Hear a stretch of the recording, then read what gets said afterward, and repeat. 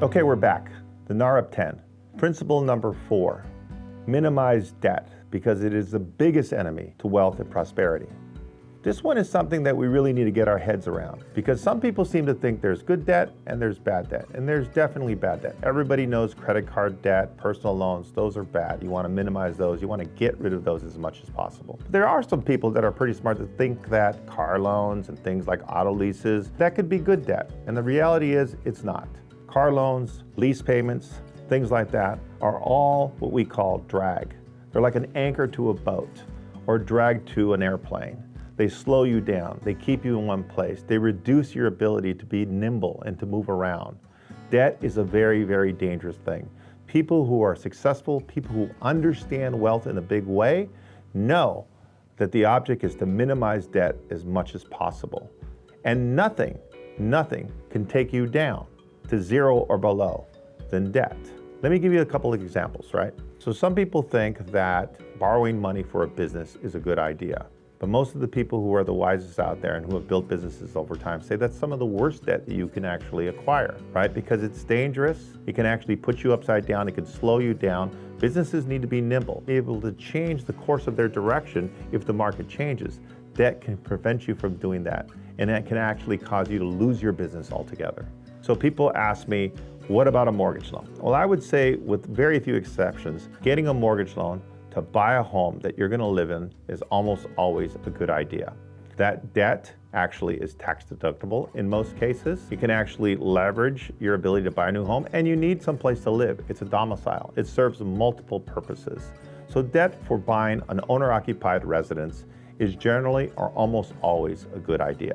So investing in real estate is also a good thing, but getting debt to invest in real estate is tricky. You have to be very careful. You do not want to over leverage yourself. Let me give you an example. Let's say that you're going to buy an investment property for $200,000 and you put 10% down. So you owe $180,000. That property then decreases in value, say from 200 down to 150, which has happened many times.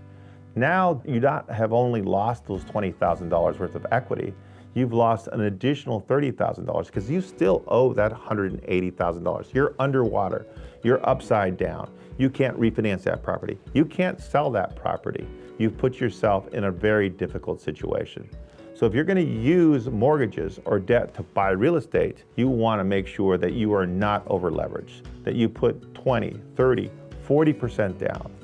Now here's another option. Let's say that you really want to invest in commercial real estate. So instead of over leveraging yourself, you instead invest that money in a liquid asset like a REIT that invests in commercial properties. You could put that same $20,000 down that you put in that investment property into a REIT. Now, if that REIT loses 10% of its value or 20% of its value, your $20,000 now goes down to $16,000 or $15,000. But you still have some money. You still have the money to fight for another day. So be very careful when you borrow money to invest. How many of us know people who invested in real estate and over-leveraged themselves? I know people personally that at the peak of the market bought multiple properties, leveraged themselves to the teeth, and ended up losing everything. You don't want to do that. My philosophy around this is always be safe with your investment as you're building security for your family in the long run. Once you achieve that prosperity, then you can be a little bit riskier in your investments. But don't be misled by people who tell you you need to borrow money to make money, because that's one of the biggest mistakes people make. And that's why minimizing debt is number 4 in the NAHREP 10.